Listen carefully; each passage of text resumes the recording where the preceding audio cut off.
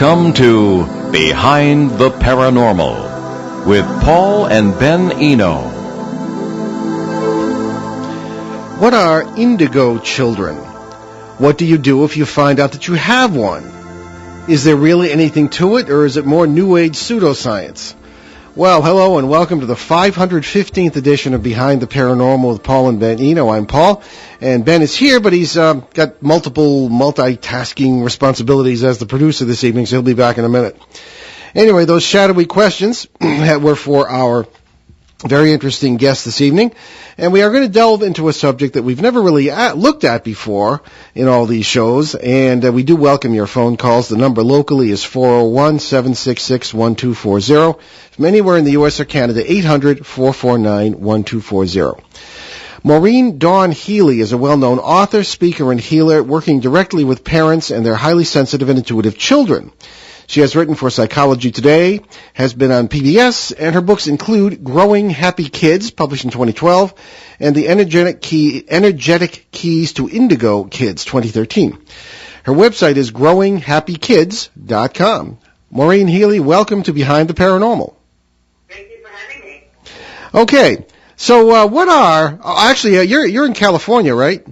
That's true. You must have enjoyed our weather forecast just now.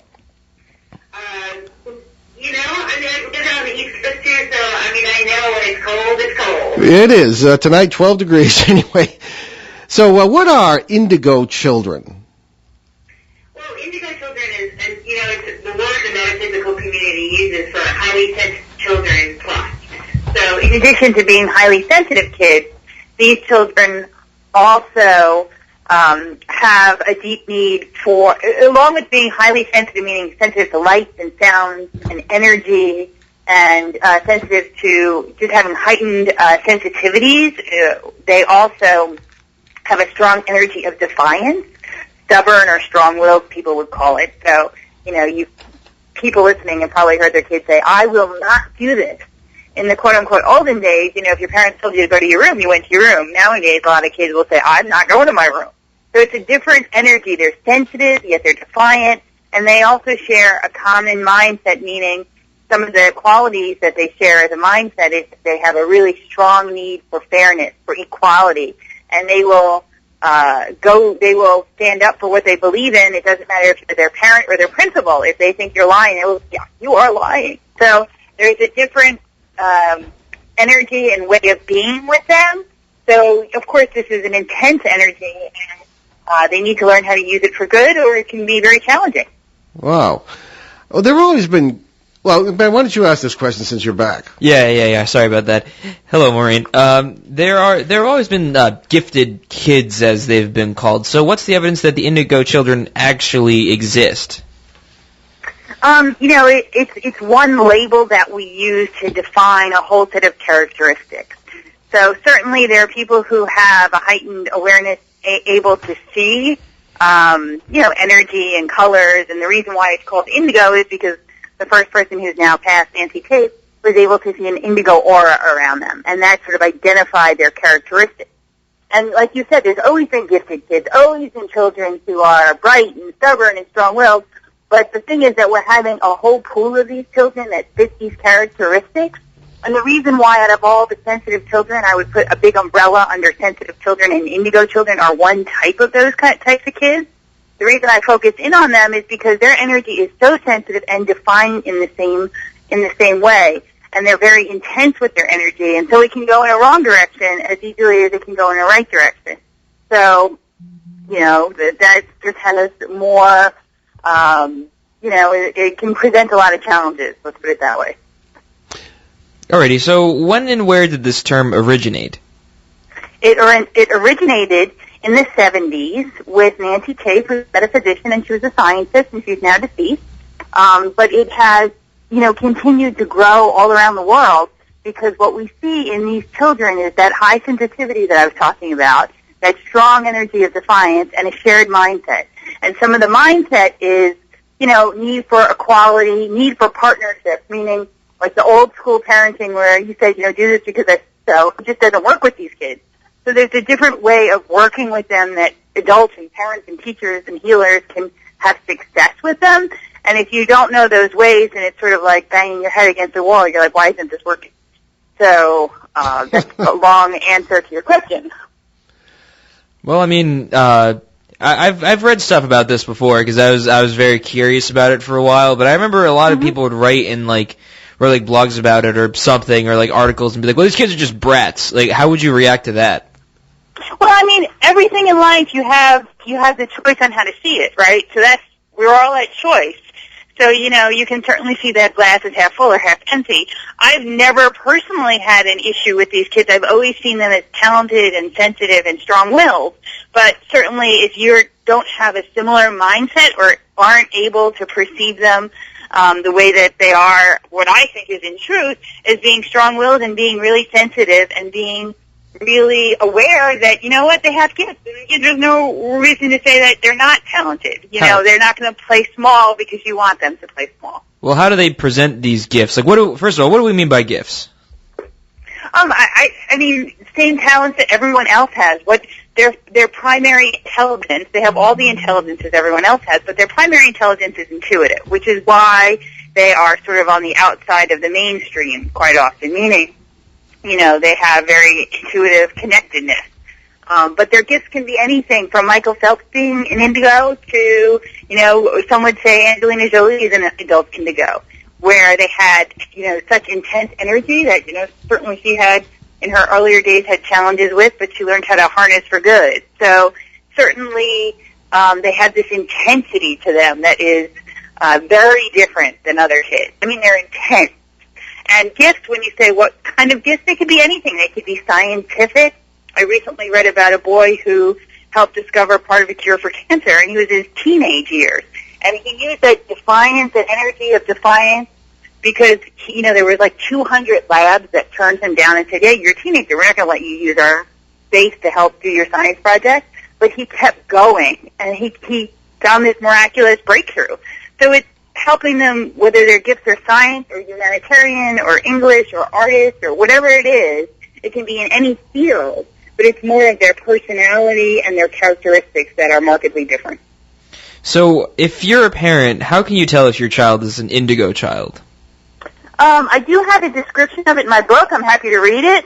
But certainly, if you're a parent and you have a child that's highly sensitive, they're sensitive to light or food, or they have particular sensitivity, they also have that strong-willed, stubborn nature, and I have a list of characteristics in my book.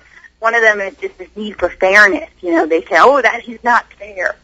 And then there's other characteristics. If you read through this, you're nodding yes on almost everything, it's pretty sure your child is an indigo. I mean, parents who have indigos, whether they call them indigos or challenging or difficult children, they're fully aware of their kids.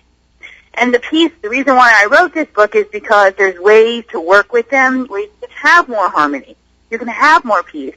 But there's ways, if you work with them in certain ways, for example, like I mentioned, the authoritarian approach to parenting, that just doesn't work with them. It's just going to be, one headache after the next. So learning how to sort of speak their language. I mean, oftentimes I work with parents and I work with children, and I feel like I'm sort of translating into different languages because they live in different worlds sometimes. So helping them sort of understand each other better. Now, I'm sitting here listening to this, and I'm sure we have lots of longtime listeners who sort of listened to Ben grow up on this show since he was 16. And they're saying, gee, is Ben an indigo child? And what's Are they? My point of view? I don't know. I am. They aren't. I don't know. Now, I'm looking back at my son's very interesting life, and he's 21 now, and, we're still partners in crime here. And I recognize most of what you say, pretty much everything you say, Maureen, in Ben's, really from the day he could talk and walk, probably before that, certainly.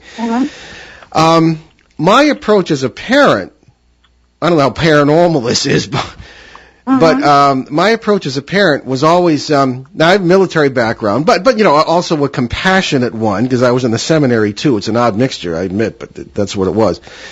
And the approach that I took was essentially telling my two sons, letting them know that if they behaved as, this sounds old-fashioned, but maybe it should come back, as gentlemen, in the best sense of the word, they would be treated as such. And they both did, and they are both brilliant people, I think. And we've had wonderful relationships all along. And Ben and I, certainly, Ben had that defiance. But as one who realizes that there are an awful lot of stupid things out there that need to be defied, including certain parents, I know that that's a bombshell of a statement, but I kind of understood where it was coming from. I always joke to this day, every gray hair I have in my beard to this day, it has his name on it. There are a lot. Was from his sense of adventure. He was 2 years old. We lived in a rural area. I was always finding him in trees and climbing up. No ladder was unmolested. It was just couldn't keep up with him. But he was a good kid, and defiance in the positive sense. So I kind of recognize that. Ben, do you? What was it from your point of view? I don't care. We talked about this before. Exactly. Essentially, I don't care. Sort of a take it a day at a time. Labels are stupid. Yeah, they can be. But then again, they help us. They can help us clarify our thinking. Well, I just thought it was weird because I remember someone mentioned this at one point. It was like, why did you go child? And I looked up all this stuff and I was like, wow. I don't know why, but I just thought the questions were just so vague that I was like, anybody could say yes to these. Now, we live in a society that loves to pigeonhole and label, so maybe that's... Well, and I'm sure that Maureen agrees. People in my generation like to feel special, so... Yeah. But it's interesting that you would say that you didn't like the questionnaire because that's indicative of an indigo being defiant, saying, oh, that doesn't work for me. So it's sort of interesting. She got you. That's a zinger, Ben. That is good. You did turn the tables on me. Okay. Well, that's great. Let me ask you this, Maureen. Is there a, for lack of a better term, psychic component to any of these characteristics? You said intuitive, These kids tend to be intuitive and have psychic capabilities, whether it's telepathy. We've all had that experience where you look at someone, whether it's a child or someone else, and you go, are you reading my mind? They have that connection, whether it is that mind-to-mind connection or whether they can just sense when they walk in the room what's going on. Or some of them remember their past lives. I had a colleague who's a psychiatrist who just did this incredible work about past lives and children. That Tucker? Jim Tucker? Return to Life. And it's extraordinary. I mean, it's really, he takes a scientific approach to say, these kids came in knowing things that there's no way for them to know. I can't wait to talk to him. They may not be indigos per se, but that's very indigo to have this open connection. Okay. We had him scheduled for next week's CBS show, but we got the bombshell that CBS is closing that whole part of the network on New Year's Day, as a matter of fact. Last night was our last show, and that was a rerun. So I suppose it's better than just being canceled outright, because that's not what happened. But it's like 15 shows gone because CBS closed. Corporate decision, So I'm trying to get in touch with him to reschedule him for this show. And do it. He's great. Yeah. I have to go. Oh, we will. So I'm sorry, not to get sidetracked, but. That is an interesting answer to the question. The whole issue of reincarnation in past lives, because that came up with Ben, if you don't mind me mentioning this, Ben. I've done it before.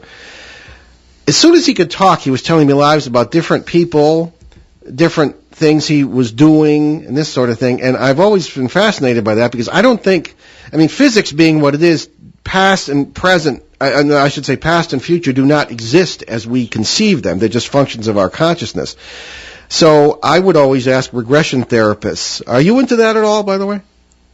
I certainly have agreed with everything you said. I think that, when they realize that the continuum of time is sort of an illusion. Yeah, so we're dealing more with parallel. 6 of one, half dozen of the other, I guess. But I always ask regression therapists, do you have people, when you regress them by hypnosis to past lives, do they sometimes recount what really would be future lives or lives in some alien world or something you just don't even recognize? And they almost always come back and say, yes, funny you should say that. Somebody last week said it was 22-something or some year that they didn't even recognize the symbols for. So it's an interesting idea that indigo children would do that, because Ben did that too. He described at times in the stories he was telling worlds that I just didn't recognize. So these may be people who would be, as we would call it, multiverse aware, along absolutely. And I have a lot of indigo energy myself, And you know, I mean, I remember being a young child and my parents going, "What are you doing?" And I didn't know it at the time, but I was doing all these yoga poses that nobody taught me. Huh. So, I mean, we certainly come in with things, that's for sure. And that, you know, a lot of these indigos and sensitive children, you know, they're very tuned in when they are born, as we all know, and then depending upon who they are, they retain their gifts and are able to really learn in different ways. And one of those ways is to, you know, to connect with that one mind and to really tap into intuition. It's often stated that children, and this is almost a given in what we all do here, that children have an innate sense of, I suppose, what might be called things beyond themselves, the big picture, the psychic, whatever, and then it's educated out of them. I think we all have that, certainly, as part of our survival instincts. You know? Absolutely. And, and you know, they believe in magic, right? So that's why one of the Harry Potter was such a big hit. It's like, yes, it was speaking their language. Sure. Yeah, exactly. So what would be so if every child has that, what's the step that would make them an indigo child? Well, indigos aren't just, I mean, and they're not better. I want to make sure I'm very clear that indigos aren't better than other kids. You know, there is just a whole new generation of children being born who are so sensitive and who are connected. And that, like you said, that in the, you know, previous generations, you know, there was like almost a deprogramming. You'd go to school and you sort of, you know, you believed your teachers and all these different things and you just did what you were told. These new children, many indigos, aren't programmable. Like, they come in with this inner wisdom, and then someone else says, "Oh," and they'll be like, no, I'm going to be an airline flight. I'm going to do this. They sort of stay connected to source, and that's part of their intuition, and that's part of making them this. But what makes an indigo different from these other kids who are, you know, magical and creative, that they really not only have high sensitivity, but they have a high level of that strong-willed energy or defiance, because as a collective, they came here to break down things that don't work. Do. Mm-hmm. Okay, Maureen, I just wanted to ask you too. What are some? Can you give us some examples of indigo children and parents, their parents, whom you have worked with? Sure, of course. I mean, one indigo child, and let me think of a fake name right now. Let's call her Jane. She beautiful, creative, highly imaginative. She was 7 years old, and she was already creating storyboards for the films she wanted to create. Huh. You know, it's just incredible. I mean, she's just downloading all these films and really creative, but her parents were just, you know, very traditional and wanted her to sort of, quote-unquote, fit in like other kids. And that was a big communication problem because indigos in general are different. They don't necessarily fit in with other kids. So I worked with them to sort of speak each other's language and to get each other more and to honor her talents and gifts, because we're all patterned for our purpose. It doesn't mean that we need to be good at everything.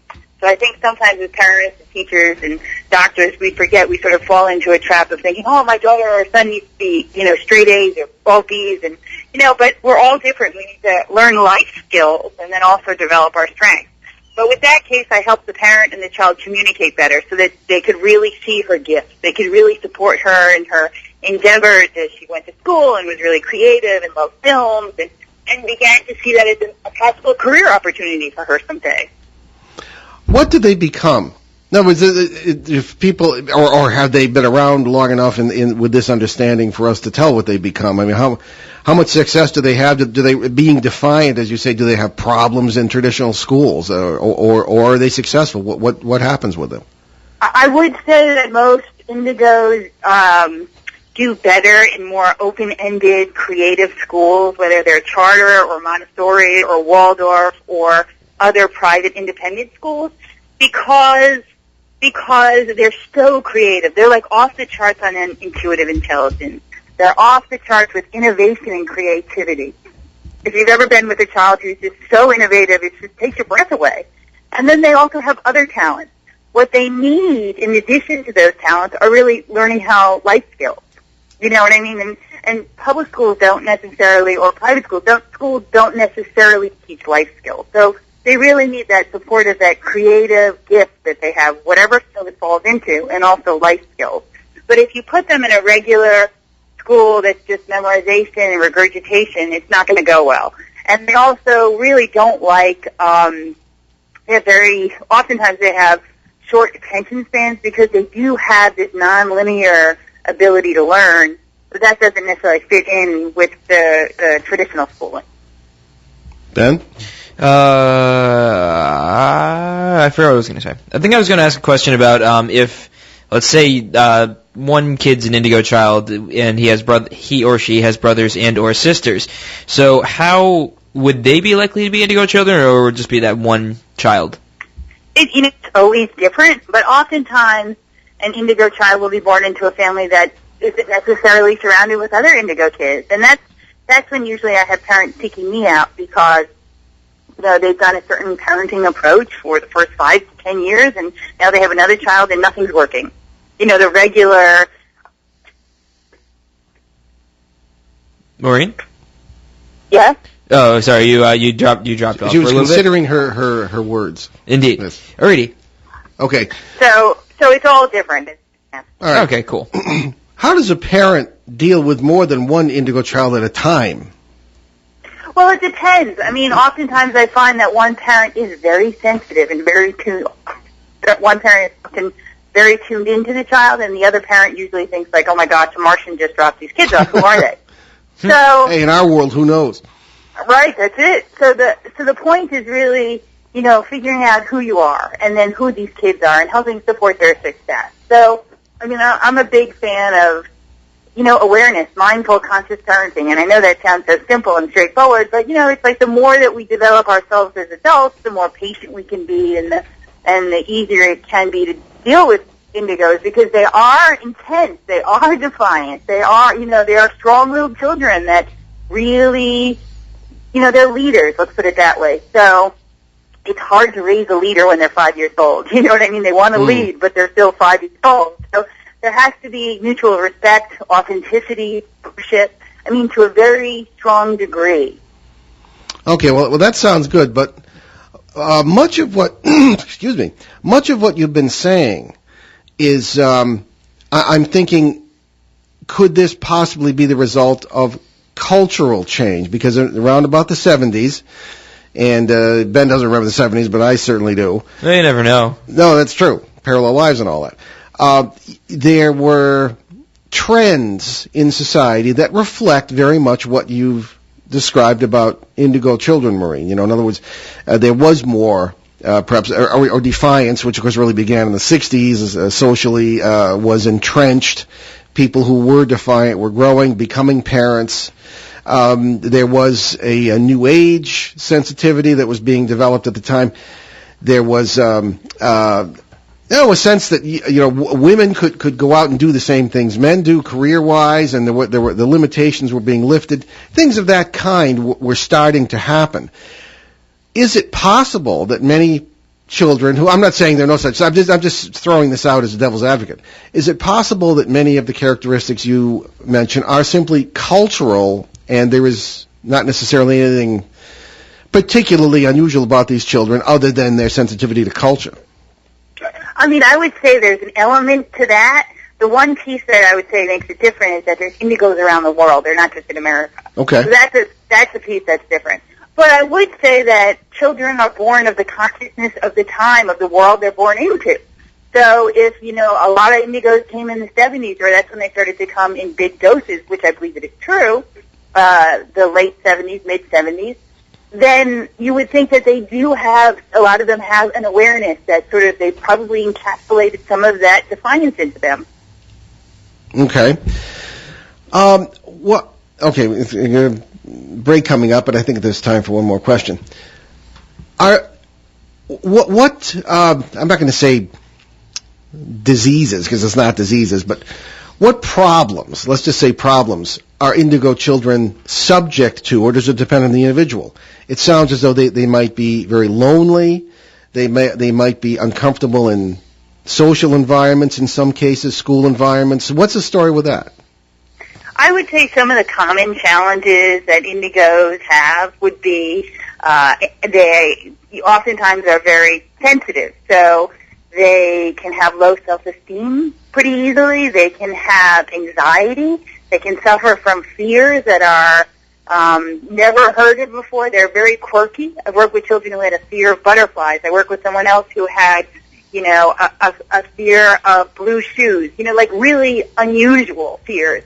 They certainly, if they're not with other sensitive or indigo children, they do tend to feel like they isolate themselves. So they tend to default to solitude. There's a lot of things to do, whether it's mentoring or getting them in a school system that works for them to help them balance their need to be alone with their need to be creative and cooperate with others. So, anxiety, fears, ADD, ADHD, oftentimes depression. Those are some of the big ones. Yeah, sounds like a challenge. Okay, why don't we take our break right now at the bottom of the hour here almost. You're listening to Behind the Paranormal with Paul and Ben Eno on WOON 1240 AM.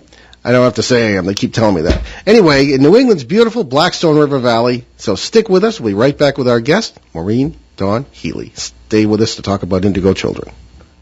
Hi, everybody. This is Mark Garrow, the host of PRN's Garage Pass, where I keep you up to date with all the latest NASCAR racing news. Garage Pass can be heard right here on WOON every Tuesday through Saturday mornings at 7:35 and is sponsored by Simon Chevrolet, 114 Fortin Drive, Woonsocket. Remember, Simon Chevrolet is always open online at simonchevy.com. Garage Pass, Simon Chevrolet, and WOON Woonsocket Radio. A winning combination. ON Radio, ON Worldwide.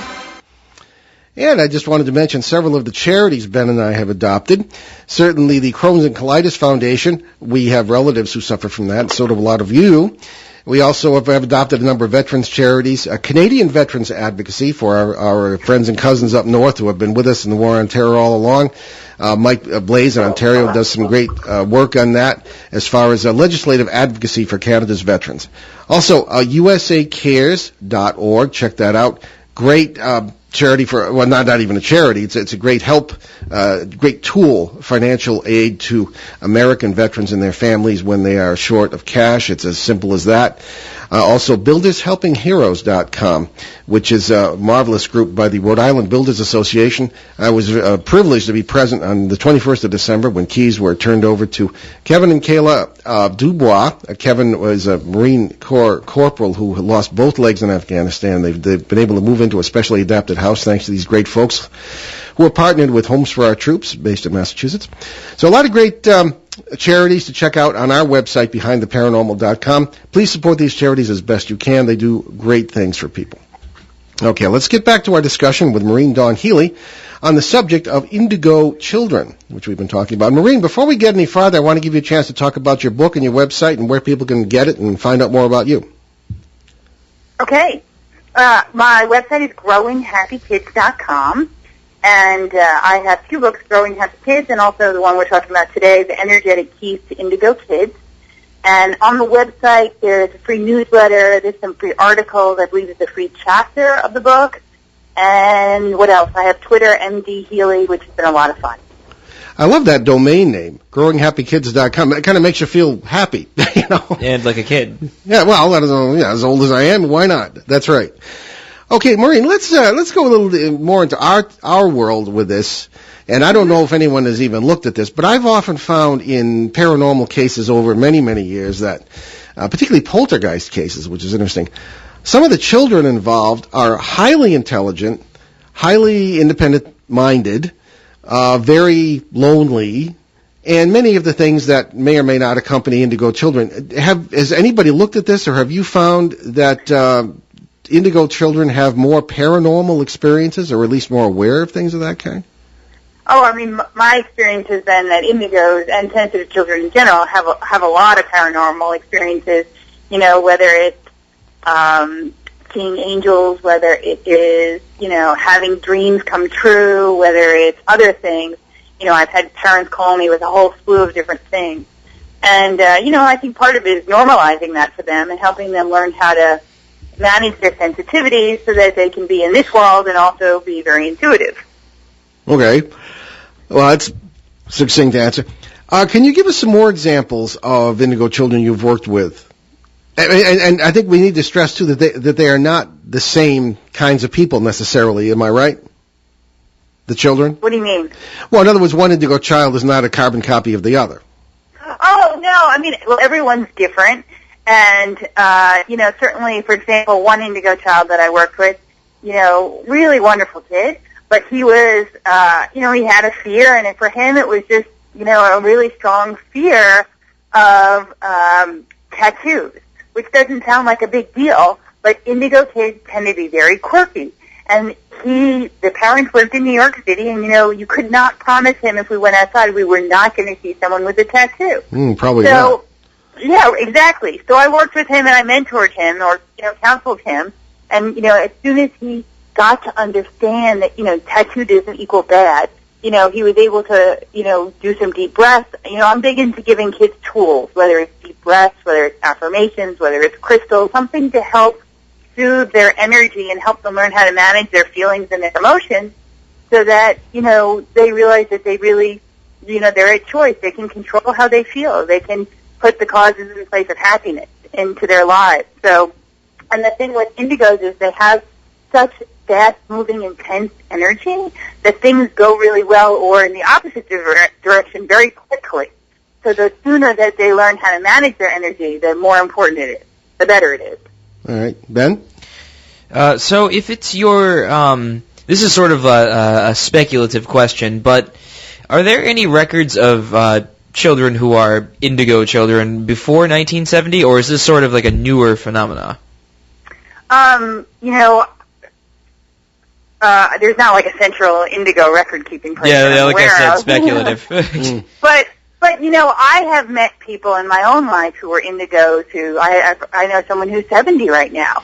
So the metaphysical community and really well-known people and teachers in this field also agree that they're people who came as scouts to say, hey, is it going to work out here if we send these kids? So there are indigos that have been around for quite a long time. But so I guess there's hope for me. Yeah, but they really come in bigger, which is why the conversation flourishes around the world because, especially in regards to learning, they learn differently. So, how do we make that work? They're not really necessarily elite school kids, it sort of manifests itself in different ways, but certainly there have been indigos for quite a long time. Okay. So what is their purpose? Do they have a purpose, or are they just sort of like meant to be creative and try to enrich the world as much as they can? And whose purpose is it? Well, I would say as a collective, of course, everyone has an individual purpose, but as a collective, many of these indigos have come to the reason they have that defiance or stubbornness is so that they will break down systems that no longer work and create ones that do. And we can all think of whether it's healthcare or education or whatever it may be, there are places where we need someone to be strong and to say, hey, or even security measures and privacy, hey, we need someone to say, that's not okay, So indigos have the willingness and ability to stand up for what they believe in, but they also need to be mentored to do it in a way that works for them. So, and of course, everyone has an individual purpose, so that's different. Everyone's got their own, and it may be, to have fun. I'm not going to say what people's purposes are. That's between them and God or spirit or whatever you want to call it. But certainly that indigo energy as a collective has come to really stand in the truth and raise the consciousness on the planet. Alrighty. Have you ever met, or have you ever worked or met with any people or children who are indigos that sort of strayed down the wrong side of the tracks, if you will? Oh, absolutely. I mean, I have met with kids, and I'm not only thinking of one person right now, but I said, I can't work with that person because, they needed serious psychiatric help, and, that's not an area that I work in per se, but I refer them to someone. But there's certainly that intense energy, as we all know, can go in a direction that's really good, or if, they don't have the right mentors, or they're not raised in homes that, are supportive and understand them, things can sour, certainly. Mm. Well, barring the cultural factors that we mentioned, Maureen, is there some sort of cause of this phenomenon? Why, since the 70s, have there been more indigo children? Is it just because we're noticing it, or is there something profound happening in the biosphere, or what? I mean, I think it's evolution in action. I think that, Okay. Throughout history, we've always evolved as people on the planet, and I think that this is just another way of bringing a certain grouping of children, and there's other groupings too, but this is the one we're talking about, is to help raise that consciousness and make things that work for more people, because right now there certainly is an inequality in many different areas. Okay. Now, this is something that builds on something we asked before, I guess, but what about siblings, schoolmates, etc.? How do they treat indigo children, and probably isn't always good? Well, I will say that in my private practice, and I do work in person and also on phone and Skype, but I have worked with a lot of indigos because they are sensitive, and they are different looking quite often, and they are creative, and they may not look like everyone else. So I've worked with a bunch of them who have been bullied, and, that's a big deal. It's a trauma to them, and they need to, not only heal from it, but learn how to move around in the world in a healthy way so that they're not targets for bullies. And as well as, listen, indigos, if they've gone the wrong direction, they could be bullies themselves. So it's sort of having compassion for both ends, but, unless they're with kids that either understand them or who are similar to them, it can be challenging. Okay. You mentioned something interesting, Maureen, and that was that they can be different looking. How do you mean that? Well, I'm not saying they all have blue eyes or anything, but indigos in general, and I'm not necessarily talking about their physical features, but they are different. They tend to be very casual. They tend to be, if everyone's getting all dressed up, they may be like, I really don't want to wear that. They tend to have their own sense of style and flair, which may fit in with others or may not, but they're very unique. Since they have that strong energy of defiance, they want to be who they are, and they're not really interested in fitting in with everyone. So they tend to look different physically. Okay. Have you done any work with twins? I have done work with twins. Okay, because I've been sort of looking over the shoulders of people who have done work with twins in reincarnation theory from that point of view. Okay. Tell us about twins and this phenomenon. If one's indigo, is the other likely to be, or what's the story there? They tend to, not necessarily. One could be indigo and one not, but the chances are they're both highly sensitive, and chances are they're both indigo. I've seen more that they are both indigo than the opposite. But certainly personality is different. They're different purposes. But, I've worked with twins from the perspective of, how to manage their energy and emotions, because, twins are so connected to each other. And, that they, like when one has a trauma, the other, it's almost like the other has the trauma too. So really helping them develop their own sense of identity along with that beautiful experience of being a twin. Okay. Are there, and we sometimes find this in paranormal work, are there geographic factors in the sense of certain areas may have more of something than some other area? In other words, people say, is New England more haunted because it's older? I mean, that, which I think is not the most intelligent question, but in the case of indigo children, have you found that, say, Michigan has more than Idaho, that sort of thing? I mean, are there any patterns geographically in this phenomenon? I mean, I guess the response I would have to that is that they're not necessarily geographic patterns. I think as adults, when indigos mature, they certainly magnetize to certain places. I think that's true. But I think that there's certain places in the U.S.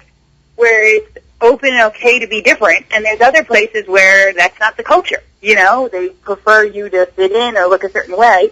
So what I would say is that, indigos are born everywhere, and that we may be just using different terms for them. For example, in a mainstream culture, not metaphysics, but mainstream, a lot of times they're called highly sensitive or difficult children. So when I meet them and I go through the characteristics in the inventory, I go, there's an indigo kid. But the parents may not be open to that language, so I may use different language with them. And there's other areas, whether it's Seattle, Portland, Asheville, North Carolina, or wherever, Where being an Indigo, they're like, oh yeah, we got that. We know what that is. So it's just geography is different of how open they are to the different metaphysical language. Okay, great. Let me give you our phone numbers again. I always forget to do that. Locally, 401-766-1240, or from anywhere in the U.S. and Canada, it is 800-449-1240. Sorry about that. I always forget to give those numbers. Anyway. Not okay. Yeah, sorry, Ben. Well, you can always jump in and correct me on that. Right. Maureen, do you ever run into, I suppose, what might be called Indigo parents? Absolutely. Who do or do not have Indigo children? Absolutely. I tend to find Indigo parents that have kids that are highly sensitive, but they certainly, all children are different. And say, I'm thinking of one couple in particular where the mother was more Indigo, the father certainly was not, and one of their children was very Indigo, and the other two were sensitive, but they didn't necessarily fit the Indigo characteristic. Okay. So parents that are Indigos are part of the reason why we're having such a change in education in our country right now, because they went through that boring system where you just study things and regurgitate things back, and they're like, you know what, I'm not sending my kids to that school. So that's why we're seeing this uprising in education where, most intelligent, mature adults are saying, we got to do this differently. We got to make this work. Ben, do you have anything? Well, it just makes me think of charter schools. I don't know why, but... Yeah, some charter schools are fantastic. Yeah, I remember they invited me to go to a job fair at one of the schools here in this area, the Woonsocket charter, the Beacon Charter School. Yeah, Beacon. And the young people, I was very impressed. This is some years ago, but they were coming up to me and said, this is the first time I've ever been excited about education. And these were sharp young people. And all our schools around here have lots of sharp young people who I don't think are necessarily being served, but that, at least not all of them, and that's another story. But I really kind of relate to what you're saying, Maureen, as far as this is concerned. So that leads right into the question of how are you getting the word out to teachers, whether public, private, or whatever, on this phenomenon, or do you find that they're aware of it already and are doing something about it? Well, I wrote the book, The Energetic Keys to Indigo Kids, but certainly I've spoken at conferences around the country about how to help these children succeed, because oftentimes these kids do have ADD or ADHD, although I'm, not a big fan of labels, but they do present with short attention spans. And there's ways to make that work.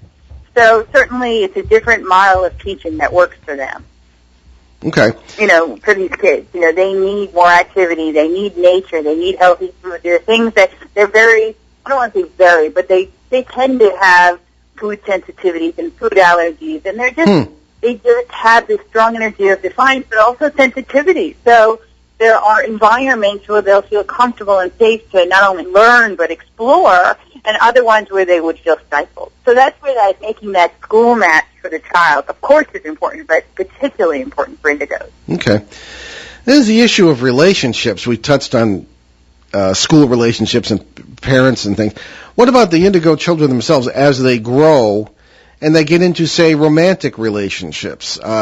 Is it better if they're with other Indigos? It sounds like I'm talking about some kind of astrology here, but is it better if they get into relationships with other Indigos, or what's the deal there?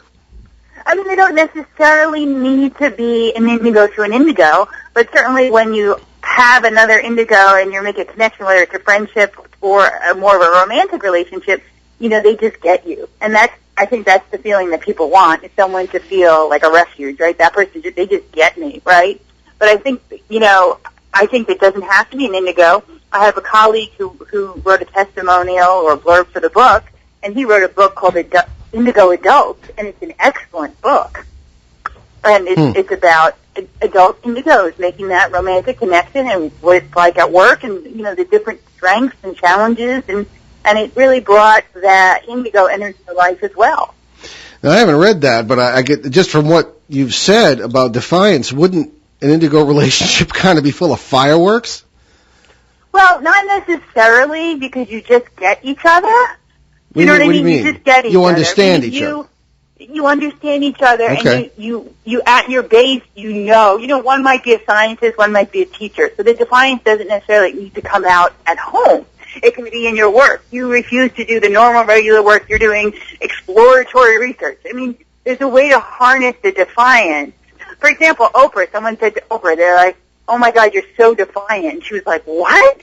And then, when she thought about it, she goes, yeah, I never really did go with the grain of what people wanted me to do. So it's just learning how to harness that energy for good. All right. There is an issue that, maybe we're getting more philosophical now, an issue that frequently comes up on the show, believe it or not, in the context of some paranormal subjects, and that is the subject of individualism, which sounds odd, but it is. The notion of what we really are in our essence, our consciousness, the core consciousness, the relations with other people, and the lessons the paranormal, at least as we put it, seem to teach us, is that everything we know is wrong. Pretty much. That's essentially the motto with the show. So what I'm getting at here is, in the matter of individualism, it sounds as though indigo children and people are very individualistic, and that has trouble working in life. You mean like selfish? Yeah. Well, and it's a good question, because they have these polarities about them that don't make any sense. They can be the most compassionate, the most empathetic, the most generous kids you've ever met, and they can be the most selfish.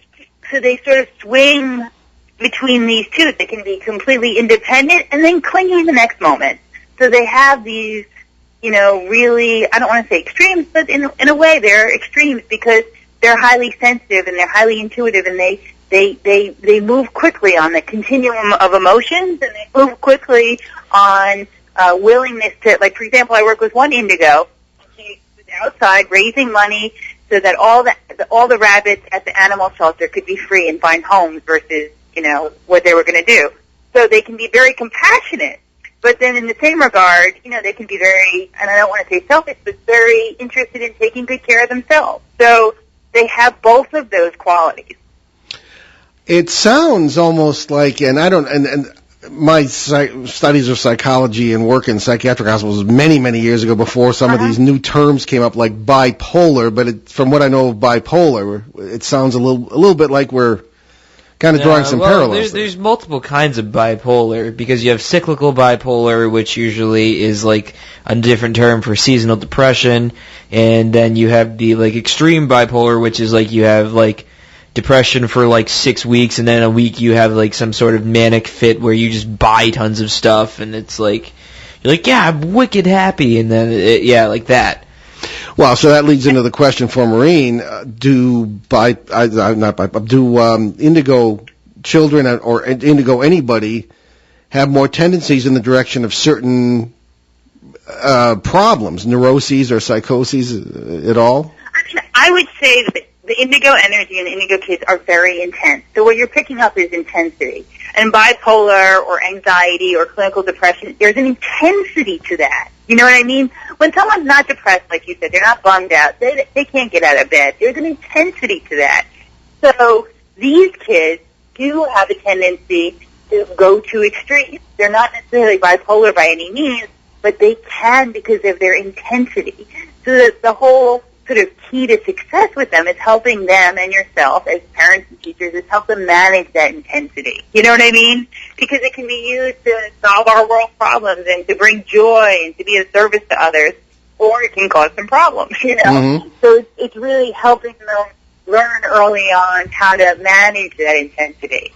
And, we all know from meeting people who are really intense that you can either meet them and you go, oh, wow, they got their stuff together. Oops, they got some issues, So we really want to be supportive to helping them, their mental, emotional, social, spiritual health, all that.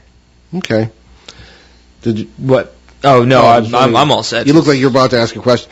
Okay, well, we have to end a little early tonight because of the Bryant Bulldogs basketball game.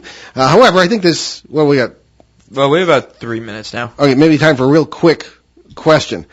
Actually, it won't be a question. Just let us know again, Maureen, about your website, where people can get in touch with you if they have questions about this subject.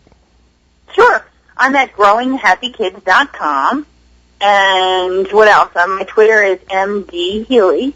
And it was really delightful for you guys to have me. I appreciate it. No, very interesting nice subject. Believe it or not, in going on 6 years on the air. We've never done a show actually on this very subject, so we might want to Somehow we have not managed to do that. Yeah. I don't know how, but... but anyway, thank you very much, Maureen, and great conversation. We'll be in touch off the air.